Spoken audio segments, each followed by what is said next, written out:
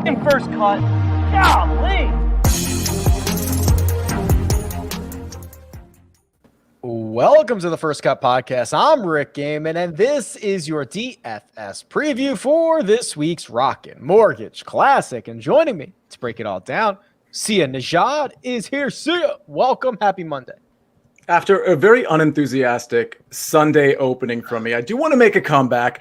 I love Mondays. Pricing comes out, outright odds come out. Basically, all odds come out, or at least almost all of them. Mondays are officially sort of the best day for me now, which is super counterintuitive. We got to make some T-shirts. We got to figure that out. There's got to be some T-shirts involved here. Mondays are the best days. Greg DuCharme here. Greg, good to have you back. Hey, good to be back. I, by the way, am in agreement with Sia. I think Mondays are great. While the work week gets started in a way, for us, it doesn't necessarily start the week. We almost recap the last week on Monday and then start a new week. So I'm a big Monday guy too. I think I'm a big Wednesday guy. Really? Too stressful. Wednesday in the golf world, like we've done our previews. There's the anticipation. The tournament hasn't started yet. Your lineups aren't dead yet. Your bets aren't dead yet. Like Wednesday, it's nice. There's hope. I love hope. See, I feel Monday's a hope day, right? You got the whole week, and that's what Sia's feeling today. It was the opportunity for to recuperate after a bad weekend. Right, Sia didn't have a very happy weekend. Well, I had a great weekend. It's just I had Keegan Bradley in all of my lineups. That was really it. I ended up kind of breaking even or coming really close to it. If Keegan had made the cut, I would have been in really good shape. Here's the last analogy I'll make, though. Mondays to me are like when the NCAA tournament brackets come out. It's like you see all the brackets, you think you'll probably have things figured out. You got big money at the end of the rainbow, and that I feel like every Monday when pricing comes out, that's the mood I'm in. It's lineup day for Sia. Lineup day. Sia's 100 lineups in already. All right, gentlemen, Rocket Mortgage Classic this week. Sia, we'll start with you on this one here because we only have 2 years worth of data. 2019, Nate Lashley comes out of nowhere, wins the golf tournament. 2020, Bryson DeChambeau, who I assume had to have been the favorite to win the golf tournament pretty significantly, wins the golf tournament. So now what, right? We're trying to parse out 2 years worth of data, two pretty different types of winners. What are we using that information for this year? It's really difficult to come out with like a really hard stance on what's going to work when you have 2 years of sample size, especially when those 2 years sort of produced different results in terms of what was really important. I think approach was really important in 2019. Off the tee seemed really important in 2020. I don't have an answer to the strokes gain metrics that you definitely need to key on. I can tell you that, off the tee is going to be very important to me. I can tell you that approach standard is going to be important to me. I can tell you that I'll probably put a little bit more emphasis on putting this week than I would in a normal week. And I'm definitely looking for guys that can spike with the putter, for lack of a better way to say it, because I'm not saying this is a putting contest. It certainly is not just a putting contest, but if you can get hot with the putter, and as we do this show, I'll tell you about some guys I've isolated that can certainly get hot with the putter and get really cold with the putter too. But unfortunately, I don't have an answer to, hey, this is how you attack this course. But ball striking is going to be really important. Off the tee is going to be really important. And I think putting is going to take on a significant role.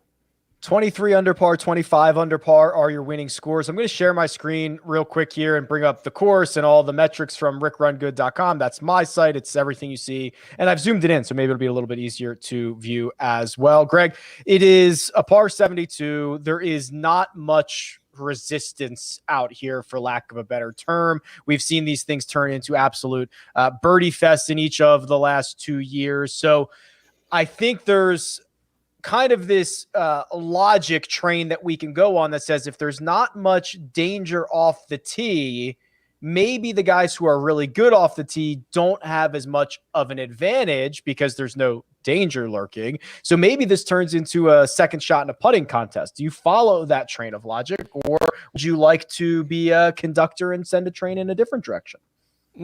See, this is, I feel one of the hardest events to handicap because there's not a very clear model. I think Torrey Pines, for instance, offers a very clear model where you got to typically you see guys who drive it well have success, but short game is a really important aspect there. We see it time and time again with winners we have. They're all kind of great short game players.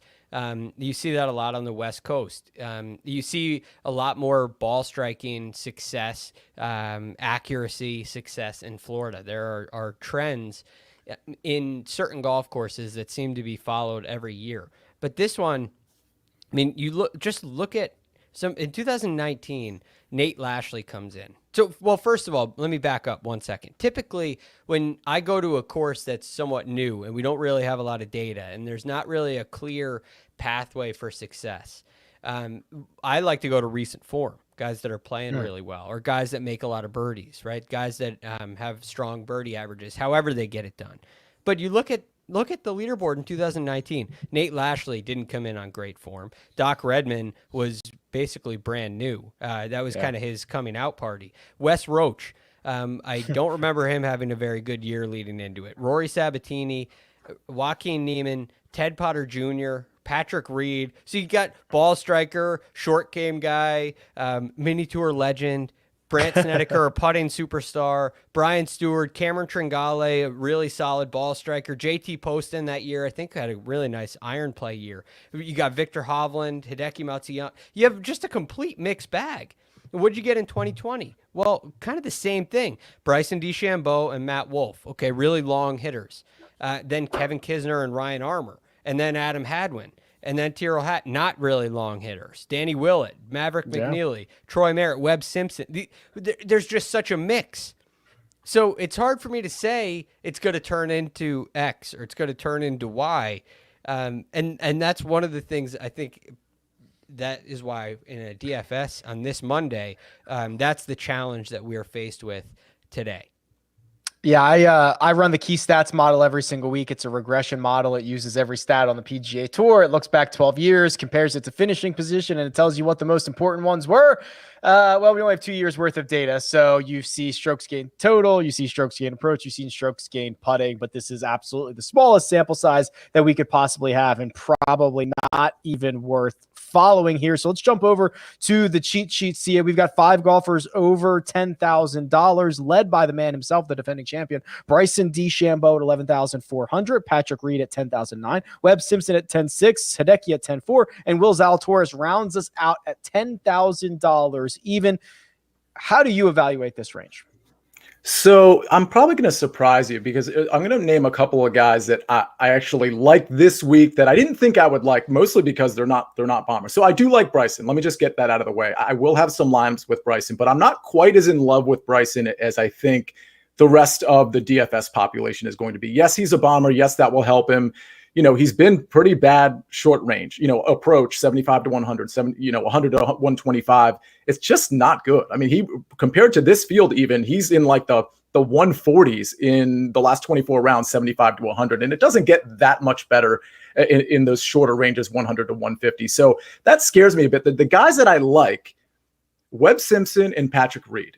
And I really think if you look at their tee to green numbers over, let's say, the last 24 rounds, they have been tee to green monsters. By the way, you can go back. Webb Simpson, I believe in the last 20 tournaments, he's lost strokes tee to green 4 times in the last 20 tournaments. That obviously dates back to 2020. And I know we haven't seen a lot, and I think that'll probably keep ownership down a little bit. He hasn't been that good when we've seen him lately. He's not a long hitter, but I do think he rates out really well here in coming from a guy who seems like a shorter guy. If you look at him par 5 scoring wise over his last 24 rounds, he rates out 5th in this field. So make no mistake about it. On the 4 par 5s, Webb Simpson might eat those up just as well as a guy that is long like a Bryson DeChambeau, or maybe even better. So I think Patrick Reed and Webb Simpson from a ball striking standpoint and from a putting standpoint are going to be really good this week.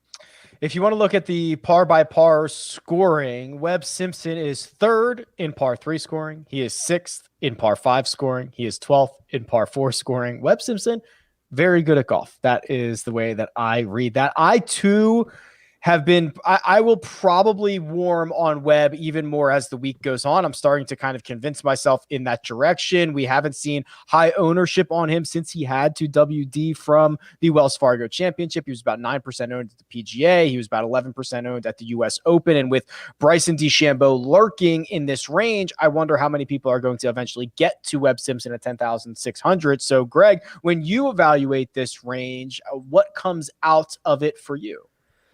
So Webb Simpson last year was 6th in strokes gained approach the green, and it led to, and he had a really nice putting year as well.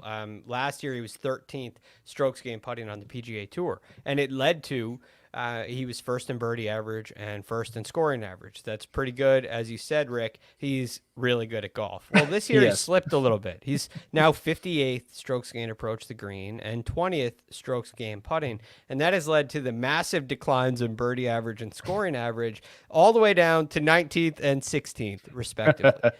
So while, yes, it's been a down year, it hasn't been a top 2 year in his career the way 2020 was. I still think Webb Simpson is a great play in this value. And you guys have outlined a couple of these points. One, ownership a little bit down. He hasn't really played a whole lot. We talked about it last night. Hasn't played a real heavy schedule of late, partially due to the neck injury.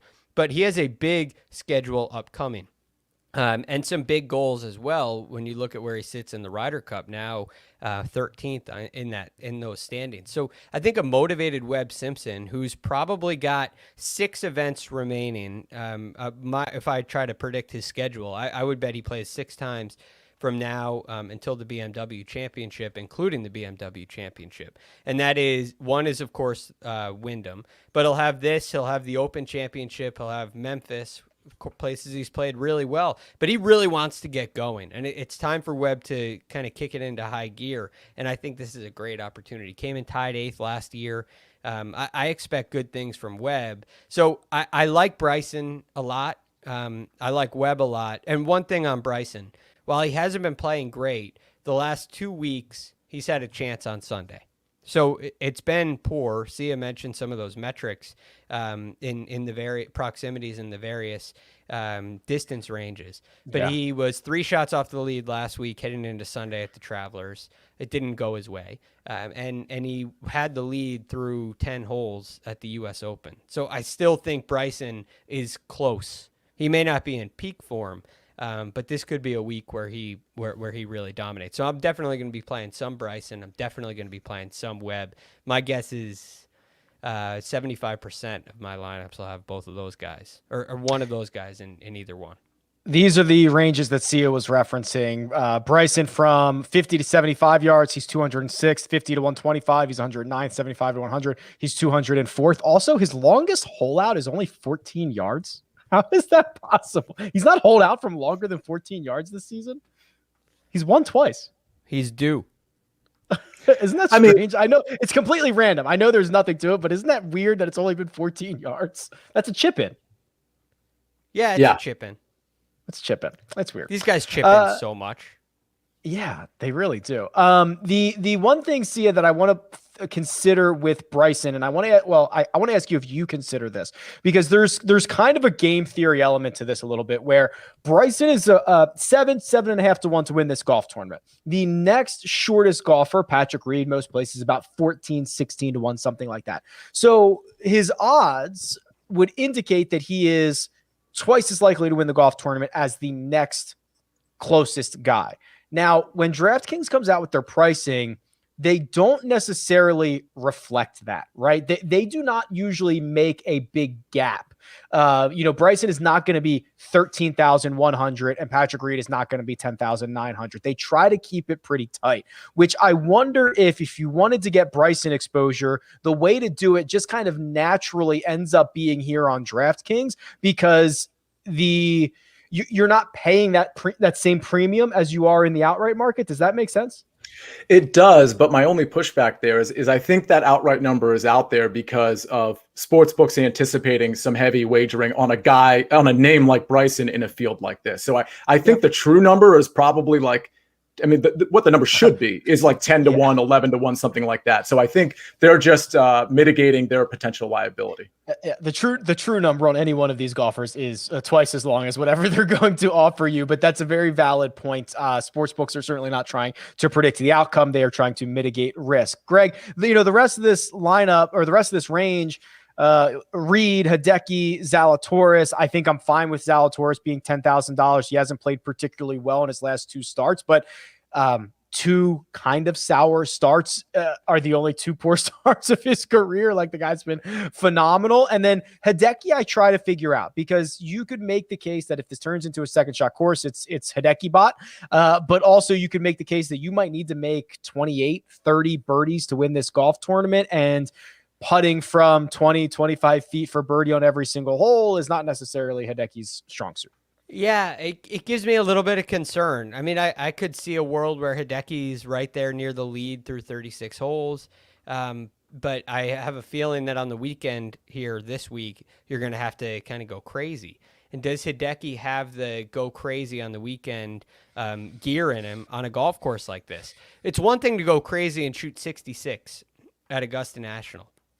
Or something like that, where you get a couple of putts to fall, you hit a couple of par 5s and 2, you kind of chip away at some nice birdies. And I don't think you're going to be able to lean on short game and have the success that you are this week. Look at some of the places Hideki's won. Augusta National, definitely a more challenging golf course. The Memorial, a more challenging golf course. Waste Management Phoenix Open. I would say kind of a mid-range, right? You're in the mid-teens with your winners there typically. So not necessarily a complete birdie fest. So I don't know. I look at Hideki and I definitely have some questions. For where he's priced, I'm not comfortable with Hideki as my anchor this week. I would be comfortable if he was my second guy, because I think he's reliable, and you could probably get, you're pretty solid to get a top 25 out of him. I'm not sure he has the chance to win that a Bryson or a Webb or even a Patrick Reed has. Yeah, concerned is probably the word I would use. I mean, you're paying this price, you might just need him to win the golf tournament. Sia, I'll bounce this back to you for the final take here on the 10K range. You've got Zalatoris, you got Reed and Hideki. We haven't talked too much about Reed or Zalatoris. Do you have a lean on either one of those guys? Yeah, I mean, I mentioned Reed when I was talking about Webb. I do want to clarify when I talked about Webb. I think I might have said par 5 scoring. Strokes gained par 5 is where Webb is 5th in the field in the last 24 rounds. But with that said, I like Reed. I do like Hideki. So obviously the putter is a huge concern. And when I see it's not only that he's losing with the putter. Some of these tournaments, it almost seems like he's in give up mode. I mean, there were a couple on that sheet where 9 strokes putting at both the Century Tournament of Champions and the Memorial, which is like kind of staggering. I mean, we saw Patrick Rodgers, I think, just this last week lose, I think it was 7.64 strokes putting. And that's staggering just in its own right. But this is Hideki Matsuyama, like a guy who should be contending on a regular basis. And this is happening. I mean, I guess I can say, well, at the U.S. Open, he gained. But the thing about Hideki, if you do want to go on that island of, well, maybe he can get somewhat hot with the putter. 2nd on approach last 24 rounds, 22nd off the tee last 24 rounds. Like, this guy is a ball striking machine, much like Webb Simpson and Patrick Reed have been. So I do like Hideki. Those are probably my 3 favorites: Webb Simpson, probably Hideki, and then Patrick Reed. And then I'll sprinkle in a little bit of Bryson if I can. But obviously I'm exhausting that elite range at that point.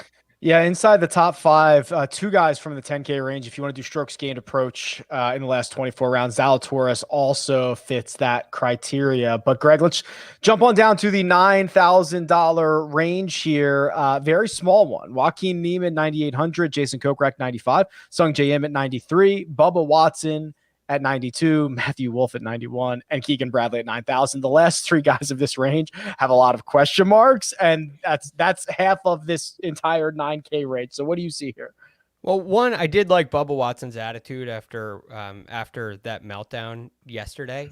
He kind of wants to be back in that situation, which I understand. Of course he does. But I still have my question marks. I'm not a huge Bubba guy this week. But the top 2 guys are really intriguing to me. One, Joaquin Niemann is a great ball striker. That's what he's known for. But this year on the PGA Tour, he's 32nd in strokes gained putting.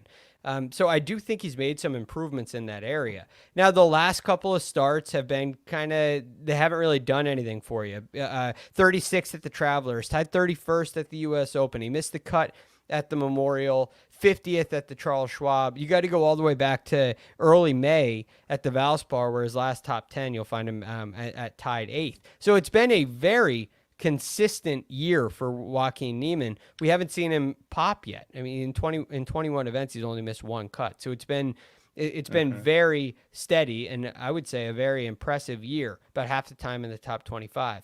But that being said, is he going to pop this week? Maybe, but I think he's a really valuable asset to a team here. You probably can't play him if you have Bryson on your team, but I do think you can play him if you go with a Webb or a Patrick Reed, and I think he'd be a really nice pair with those guys. The other guy at the top, Jason Kokrak, I must point out. So if we're looking for guys that are great on approach, guys that are great with the flat stick, if you look at the last 24 rounds and you look at the top 5 guys in each one of those categories, there's only one name in both areas. It's Jason Kokrak. Sia, already twice a winner this year, $9,500. I imagine he's going to be very popular. Do you think that is an accurate statement? I think it's a really accurate statement. And I think if you looked at his stats and his metrics, and you didn't name him Jason Kokrak, you named him Jordan Spieth, and he was 10,700, I think everybody would still be on him. So I think that's something to consider here. The Jason Kokrak name doesn't carry a lot of weight, but the strokes gained metrics really do. I mean, off the tee last 24 rounds, he's 6th. On approach last 24 rounds, he's 7th. The proximities that I'm interested in, especially 150 in, he's not amazing, but he's very good. Birdies, he's a birdie maker. There's just the ball striking, number one. I mean, this guy is going to definitely be, famous last words, right? Keegan was the anchor to a lot of my teams last week. So, take it for what it's worth. But all I'm doing is looking at the metrics. And we know recently he actually took down a tournament. So can he close? Yes. Is the ball striking good? Yes. Can the putter get hot? Yes. There's no reason not to be on this guy. He's 2nd on tour this year in strokes gained putting. He's never been inside the top 100 before in his career. Yeah. He's made some real strides. Look at this change here. Rolling on it. He's gained a full stroke per round from last year to this year on the putting surfaces. Whatever he did, and I know people are like, he went to a 33-inch putter. That gave him 1 stroke per round, which maybe helps 36. Him practice. Oh, 36. Sorry. I knew it was something, but I want the secret putting magic that Kokrak figured out. I'd love to know. Yeah, I mean, it's a huge change. If you pull up, Rick, I hate to ask you to do this, but can you pull up his holy grail right now? Because look at the strokes gained putting for Jason Kokrak. I mean, not only has he gained in 9 out of the last 10 tournaments, but some of these gains are gigantic. Look at that. Yeah. I mean, 5.51, 4.16, 4.89, 4. I mean, these aren't slight gains. This guy's crushing it. And yeah, and it's a huge sample. I mean, at this point, it's a big sample size. Last week we were talking about guys that were, had gained like Cantley, for example, or a couple other guys, maybe Aaron Wise was another, where they had gained 2 or 3 tournaments in a row. And we're like, oh, this is a good trend up. Like, this isn't a trend anymore. This seems like a constant. Yeah, he figured something out. So just to highlight on how impressive this is, he is the 23rd longest hitter on the PGA Tour. If you think this is going to be a distance contest, he can hang with anybody. Check. You think this is going to be an approach the green contest? Well, he's 32nd in greens in regulation, and he's 60th approaching the green, which has got to be amongst the leaders in the field. So that's a big check. Putting, we just highlighted that. You check that box. Birdie average, he's 12th on the PGA Tour this year. Yet again, another big check mark. So I mean, I don't see the only question is he going to be too popular? Is it a contrarian play to stay away from him? Because I mean, metrics wise, he checks every box.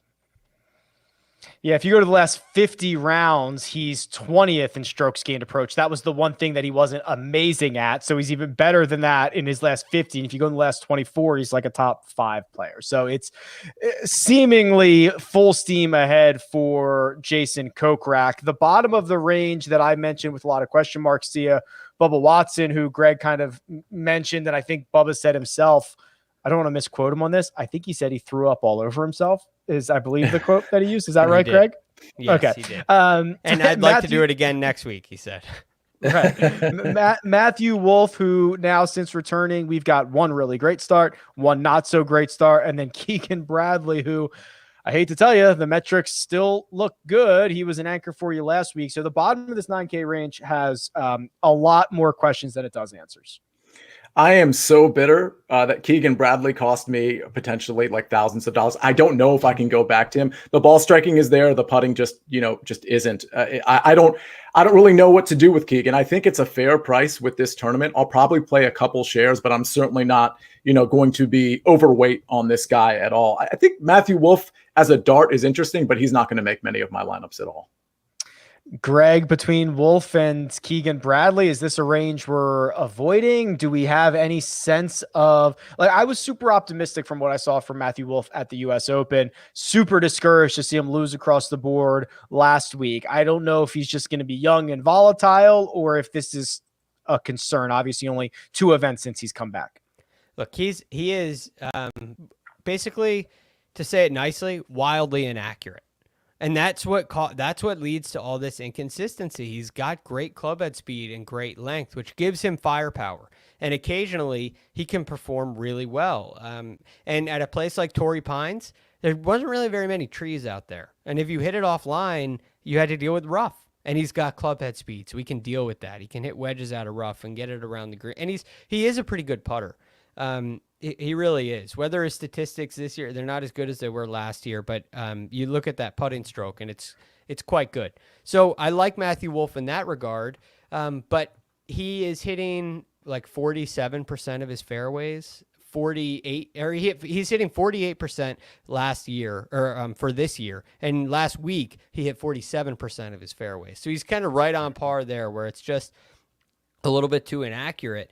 And then the other thing I look at, because driving accuracy just doesn't tell you enough. So I look at greens of regulation next. And if you combine those two, you can get a sense for, is a player inaccurate where they're hitting it to places where they can't hit the green, or are they simply missing by a yard or two and they're just in the rough because they hit it so far, right? Mm-hmm. At that distance, you're not expecting a guy to hit 65% of his fairways. So it may not matter. But he's hitting under 65% of his fairways for the year, and he hit like 63% last week. So, and that greens a regulation, that is. So, yeah, I have a lot of question marks with Matthew Wolf. There's a chance he could pop off, but it feels like, it feels to me like putting $8,000 on a playoff bet, right, or on a playoff for a tournament, right? It just feels like, I don't know. It doesn't feel like there's a lot of logic to me. That was a winning bet. No smart money, I know. As they say. Yeah, exactly. All right, gentlemen, we've got to find some value in this field. I mean, it's kind of surprising. There's only 10 or 12 names between the 10K range and the 9K range. So we have everybody else that we need to talk about, 8K, 7K, 6K. But first, we're going to take a quick break and hear a word from our partners. And we're back. The $8,000 range. If you thought there were questions in the 9K range, there are questions in the 8K range. I won't read them all, but it starts with Jason Day, Charlie Hoffman, and Ricky Fowler. It ends with Cameron Tregale, Phil Mickelson, and Siwoo Kim. Sia, we'll start with you. Wow. There are, I mean, I could go individually here and raise concerns about every single one of these golfers, but is there anybody that you see that might outweigh some of the concerns? Yeah, there's a few guys I kind of like in this 8K range. I think I'm going to be doing a lot of skipping of both the 9 and 8K range. That doesn't mean I'm not going to play anybody, but I think I'm going to be doing a lot of builds with 9 and 10K guys and then just trying to fit in some 7K guys and maybe a sprinkle in some 6K guys. But with that said, I think Gary Woodland is interesting. I think he's a good course fit. He actually rates out, again, my model, the one I'm looking at now at least, that I tend to lean on his last 24 rounds. He rates out really well. I mean, across the board, off the tee, approach, he's top 25 in both of those. I do think he's a good course fit, like I said. A couple other guys I like, Charlie Hoffman. Now, I know just last week I said we might be catching Charlie Hoffman kind of on the way down, that I don't think he can keep this ball striking up. But, the ball striking's there. So, I mean, I don't think I'm going to have a lot of shares of him, but I do like him. I think the price is fair at 8,800. He rates out great. I mean, on approach, the guy's third last 24 rounds. Off the tee, he's inside the top 25 again.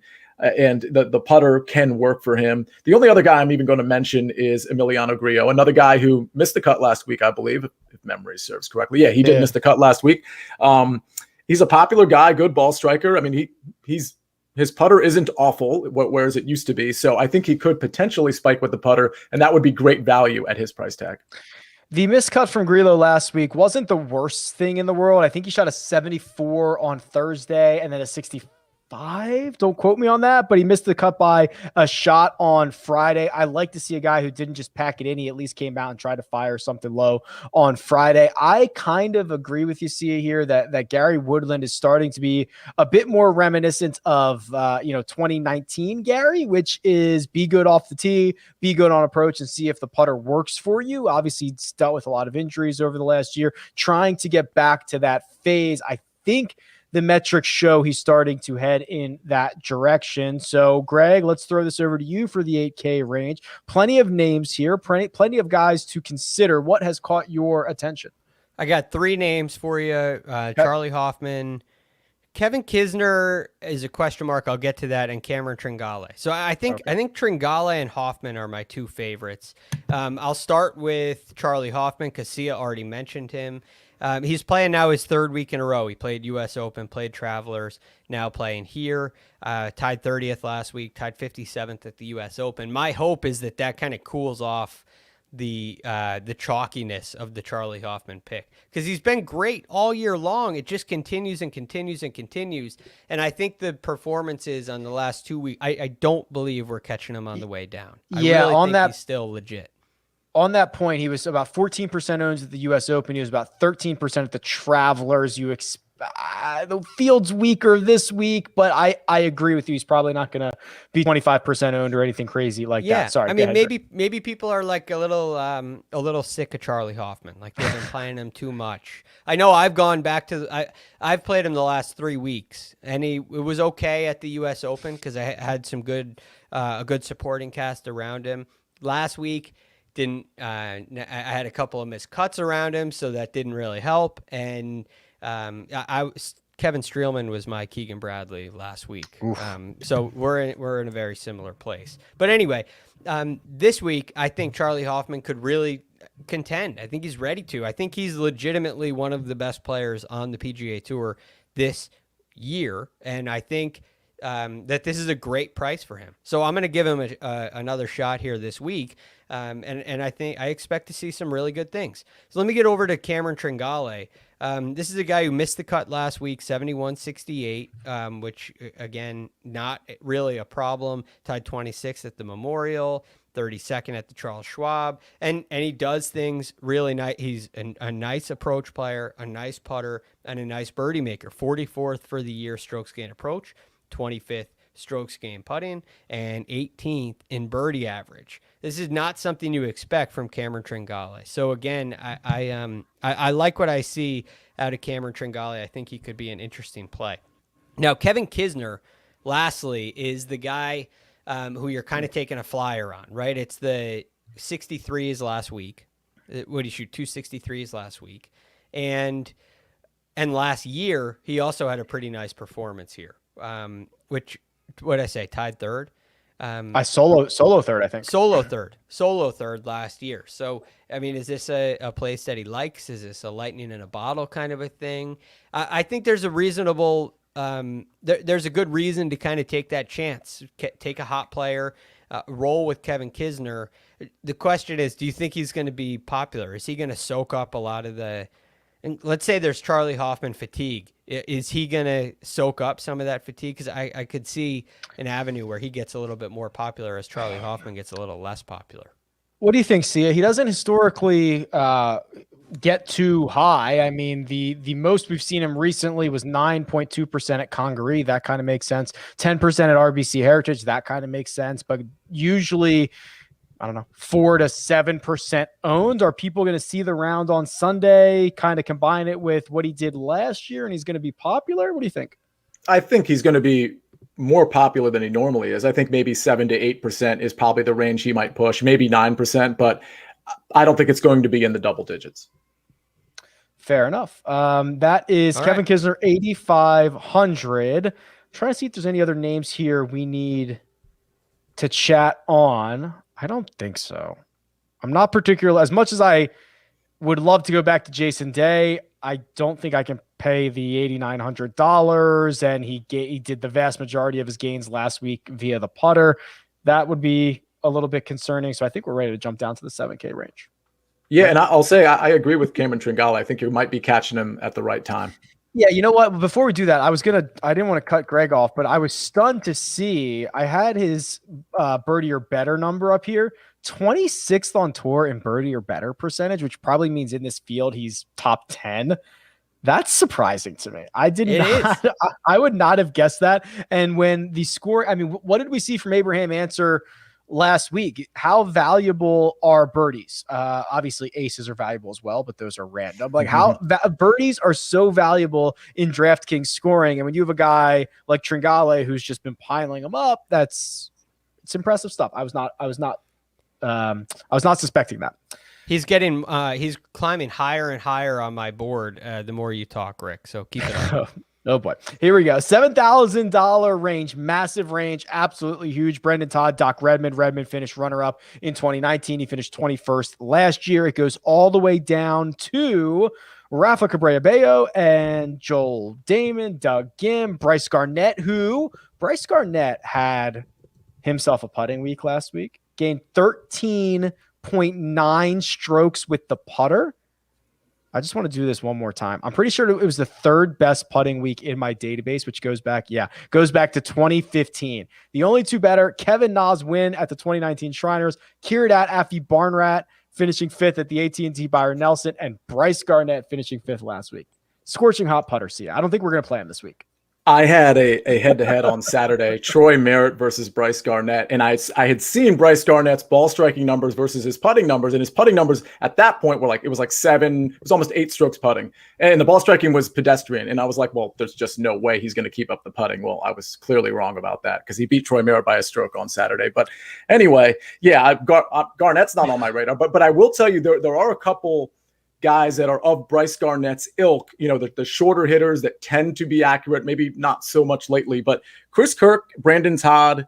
I do want to mention Hank Lebioda because I played him last week and he paid off. Yes. But let me start with Brandon Todd. We know Brandon Todd to be just like a classically good ball striker. It's been a little shaky this year, but just last week, let's see, he gained almost 6 strokes tee to green. He kind of lost some strokes with his putter, but we know the putter can get very hot with him. So I do like Brandon Todd. I think he might be turning it around. And Chris Kirk at 7,400. First of all, he was 21st here in 2020, which isn't bad.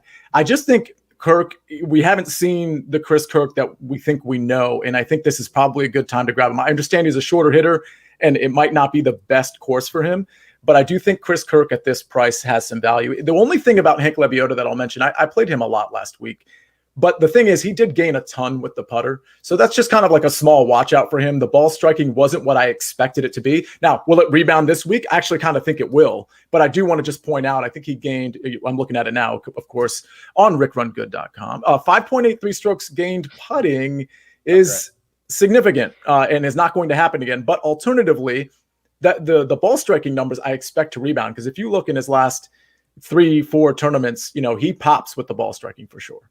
The thing about Lebioda, and yes, tip of the cap to you, Sia. You were certainly on him last week, and he is now the new Vincent Whaley, right? Like the cheaper guy. He's not at the same price level, but 5 consecutive cuts, 3 of them are top 18 finishes. The most recent was a 5th place finish. I too am concerned about the putter, but I would argue you kind of need it here a little bit. So I'm not as worried as I would normally be if we were going somewhere else. So I think there's maybe at least one more go around for Hank Lebioda before we start cutting ties, before he starts getting too expensive or too popular. So I think we got one more crack at the Lebioda trade. The rest of the 7K range. Greg. By the way, I'm so with you on Hammer and Hank. I think you ride that train. Yes, let's go. Back to the well.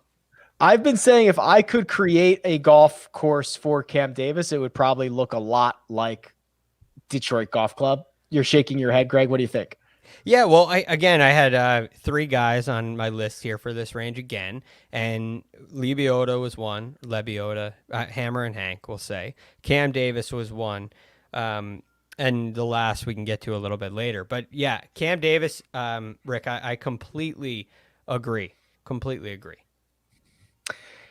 Bomber off the tee, 16th in driving distance, but 187th in accuracy. Okay, well, that gets mitigated a little bit here because there's not much trouble. Then you look at approach, he's 63rd on tour, so that makes him about 22nd in this field. He makes enough birdies. We saw him contend a little bit at the end of last year. He is someone that is certainly on my radar. Who was the other guy in the 7K range for you, Greg? I wanted to ask you about, who did you just mention? I didn't mention his name. He may be kind of running on, it may be a Hammer and Hank situation where you're wondering if it's gone too far, like if this is the end of the stop, but I don't know if it is. It's Ches Reavie. I think Ches Reavie's kind of an interesting play here. 25th last week at the Travelers. He was 14th at the Palmetto Championship, and that was on the heels of him qualifying for the U.S. Open. He ends up coming in tied 40th for the U.S. Open, but I think he's getting he's starting to feel a little bit hotter. So I really like him in that essence. He's a very accurate player who can get hot and make a lot of birdies when he needs to. But he's a really good iron player as well. And I think he can give himself a lot of looks, avoid making bogeys, and just kind of chip his way up the leaderboard. And I think Ches Reavie's in really good form right now and could be an interesting play. He's gained strokes on approach in 3 consecutive events, and pretty significantly. He has gained strokes off the tee in 5 straight. Most of those are near 0, but that's okay if you're gaining as much as you are on approach like Ches Reavie has. Pretty interesting call there. He would have flown under the radar for me, Greg, so thank you very much. Well, he doesn't stand out as a big birdie maker, but I kind of get a sense that he could be one of those guys that sneaks up in this leaderboard that doesn't fit what you like. Cam Davis, he fits the model of, hey, Detroit Country Club. This is exactly where Cam Davis should be playing. Ches Reavie may not feel that way, but sometimes these guys just go crazy. They make a ton of birdies on a golf course like this because it doesn't challenge their distance, and like many of the other courses they play. And just to add to that, he's a pretty sneaky play because I think Sepp Straka, Alex Noren, and some of those other guys that are right there on your Kyle Stanleys of the world are going to be somewhat popular, at least more popular than Ches Reavie. So I think he's an interesting control. I mean, I think, people know him. Some people will be on him, but compared to those other 3, I don't think people think he has the upside that those other 3 I mentioned have. And therefore, I think he's a really sneaky play. Sia, while I have you, anybody else in the 7K range you want to touch on before I bop us on down to the 6K? Not really. I was actually just going to mention the guys I just talked about, Sepp Straka and Alex Noren, but not because I like them, because I think those are going to be somewhat popular plays in this 7K range. And honestly, especially Straka, if you look at his 2 finishes here, 8th and 11th, but if you look at his strokes gain metrics, last 24 rounds, I mean, they're awful. I mean, it's just not good. I don't think the ball striking is there at all. And Alex Noren, it's interesting because he really pops at some tournaments, but he's lost 7 out of the last 9. He's lost on approach. So, I mean, I just don't see it with Alex Noren. It almost reminds me of like a poor man's Cam Smith, where you're like, how is Cam Smith doing this? I don't understand. The numbers don't match up, but there he is on the leaderboard, on Sunday morning. I feel the same about Alex Noren in a way.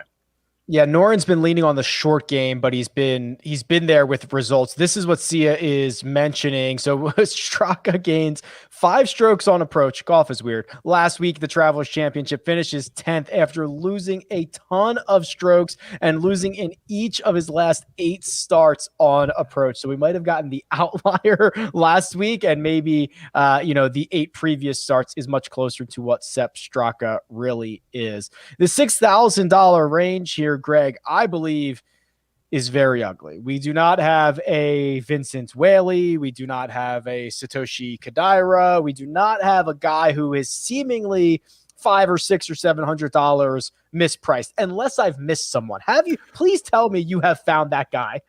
Well, just real quick before Greg answers, Kodaira is in the 6K range. I know, but I feel as if, what was he, 60? I think he was 65 last week.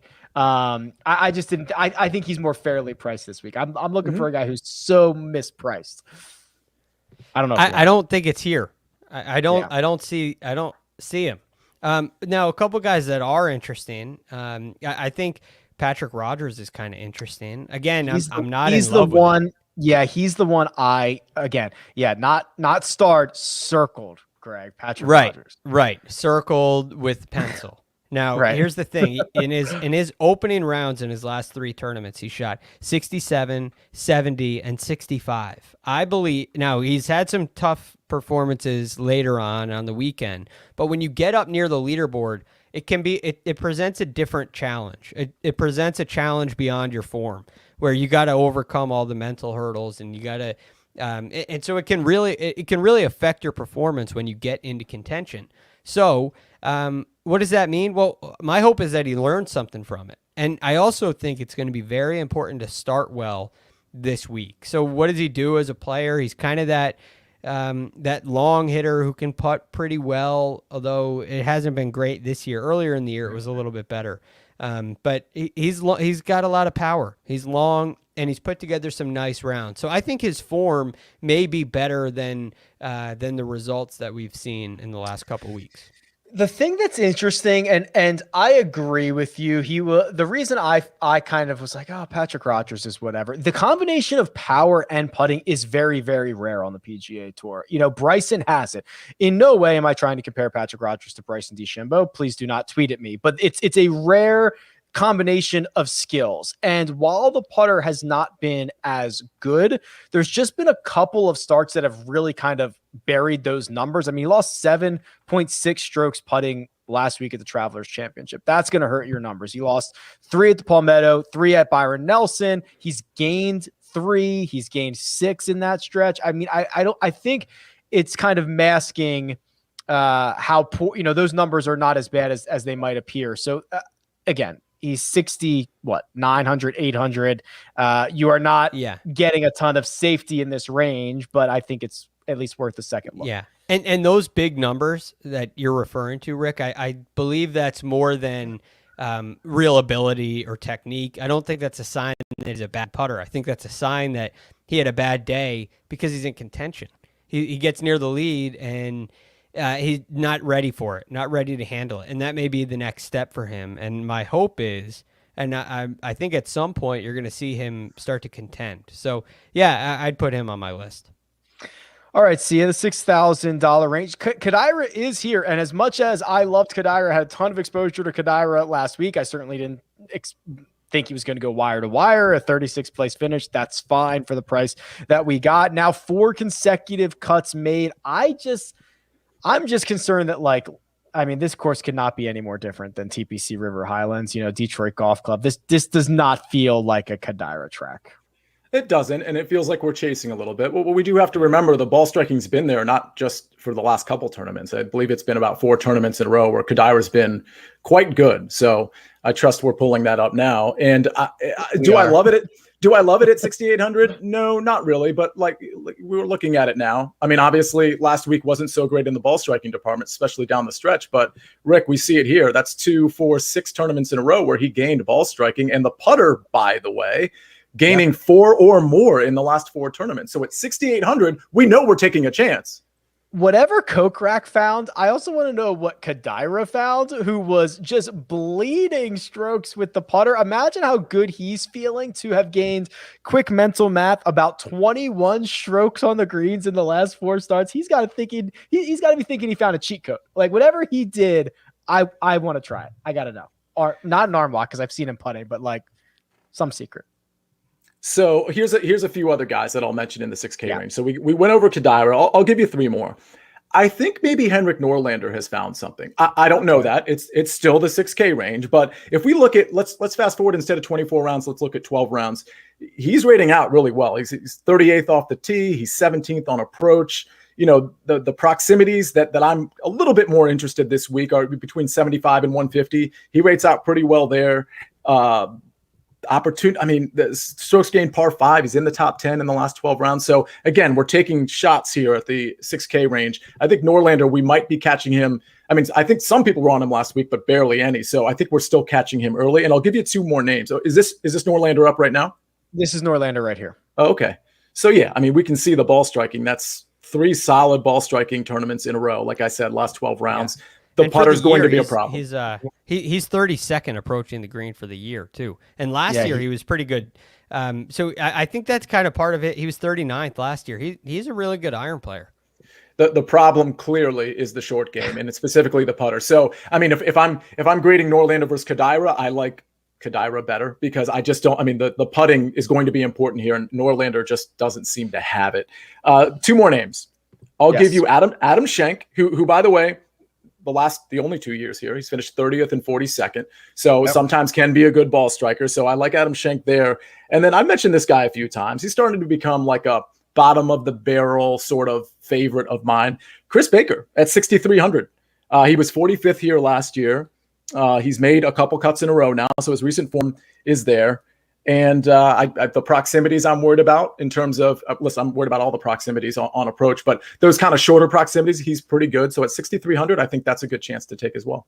We haven't seen Chris Baker since the U.S. Open. He finished 26th there, which is a phenomenal result for Chris Baker. He made the cut at the Palmetto Championship. I also had Adam Schenk circled. There was a time where Schenk was the original Vincent Whaley, where in the fall, he was just making every single cut. He was finding the weekend, him and Michael Gligic. There's another name for you. We're starting to see those signs of Adam Schenk again. So he was on my kind of shortish list in that mid $6,000 range as well. Greg, anybody else down here? Can I sell you? Oh boy, I can't even make a sales pitch for some of these guys. Is there anybody that would interest you? I may not be down as low as you'd like, but I mean, where are we with like a Nate Lashley or a Nick Taylor? A couple of guys in here who have won on the PGA Tour, who may be ready for something to pop up again. You see out of Nick Taylor, 70-72 at the Travelers, and a missed cut. But before that, he made a couple cuts in a row. Maybe there's, he was tied 44th at the Palmetto, tied 26th at Wells Fargo. I mean, he might be ready to pop. That's such a guess. And then Nate Lashley has played a couple of nice rounds early in tournaments.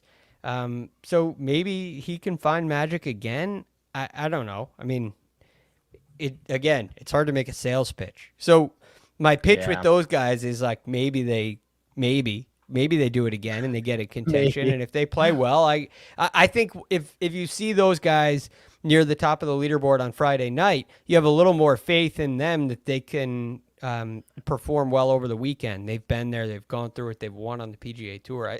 There could be some value in those areas, but again, my guess is as good as yours. Yeah, it's really ugly. It is really ugly down here. I'm trying to find any semblance of life. Now, I mean, obviously, some of these guys are going to have to make the cut. Yeah, of course. And some of them are going to contend. This is where that the challenge of this week really starts to stand out, because it almost becomes, in a way, a guessing game down toward the bottom, where you're going to see some people who play Bryson, and Bryson has a nice week, and they pair that with a Chris Baker at 6,300 who contends all of a sudden. Now, he may be too good of an example because, one, Sia's a big fan of him, and Sia's guys tend to do well. But there may be some other guy here that we haven't mentioned who nearly wins, and he's going to be paired with a Bryson. So my question to you guys is, do you take a guess at somebody down low and pair it with Bryson, or do you try to find somebody who's a little bit more reliable, where maybe you stay out of the 6K range and you go with you try to get a 6 out of 6? Can you take a flyer down there with nothing to back it up? I mean, I wouldn't. I think if you're in the like 6,500 and I would say 6,800 and above range, I think you're in pretty good shape. But I think once you get below that, even with like a Chris Baker, for example, you're definitely taking some chances that you don't need to take, particularly in like your single entries and your 3 max tournaments. I'll give a couple names though, just real quick. Robbie Shelton has been playing pretty good golf lately. He's made 4 out of 5 cuts. Finishing positions aren't great, but he's 6,400. I think that's a name to consider. And I'll tell you, Scott Harrington pops sometimes, and TPJ, Ted Potter Jr., has actually played this course pretty well. So if you're in a big tournament and you're max entering it, or you're putting 20 lineups in, I think you can consider some of those names in 1 or 2 of your lineups, but I think that's the extent of it.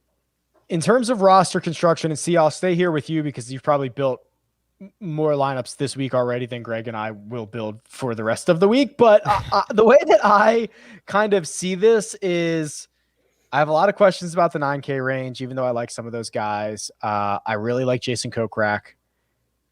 I might just play Bryson and 5 guys in the $7,000 range, right? I mean, Harold Varner III led the field in strokes gained approach last week. I could convince myself on him. I could convince myself on Lebioda and Davis at the bottom of the 7K range. I don't know what the exact number it leaves me if I play Bryson and I have to play 5 guys in the 7s, but like, is that the way or should I balance doesn't seem that appealing to me because I don't think there's enough good guys to do a balanced approach. Yeah, I don't think balance appeals to me either. I think the 9K range for once is not something that's super attractive to me. The 8K range is not attractive to me. So you mentioned Bryson. I mean, I think, you could do Kokrak and a Webb Simpson, for example, a Kokrak and a Reed, or even Bryson, and then just go to that low 7K range and just do your gambling there. Because the reality is the low 7K range and the high 7K range, there's not that much difference. You could jumble that up and it would probably look the same if the names were swapped around a little bit. I mean, we were just talking about your Sepp Strakas, for example, at the upper 7K range versus, your Chris Kirks who are in the low 7K range, or your Kyle Stanleys, for example. I don't think there's much difference. Obviously, course fit is something that to evaluate, but I don't think there's much difference in those golfers. So I think from a roster construction standpoint, I think stars and scrubs, if you will, is probably the play this week.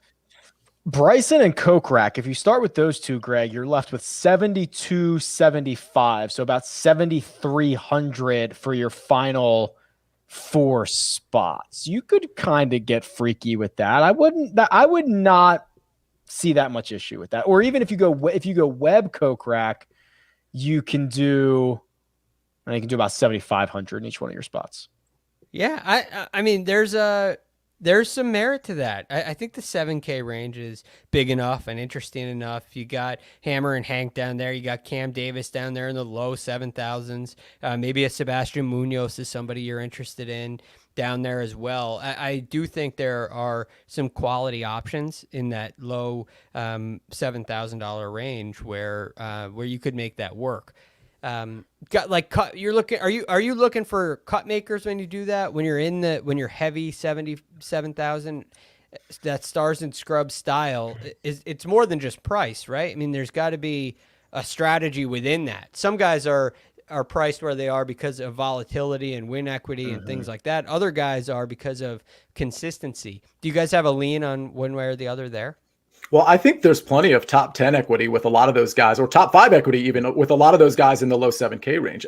Let's not forget what this tournament is and what this field is. I mean, just last week, we had guys like Kramer Hickok, for example, and there's plenty of examples like Kramer who are sort of hovering around the top 10. So I think we can sort of expect a lot of elite players in the top 10 and a lot of guys that we don't really normally see near the top 10 on Sunday. So I think there's plenty of DraftKings heavy points like your Hank Lebiodas, for example, who popped last week. I think there's plenty of that in the low 7K range.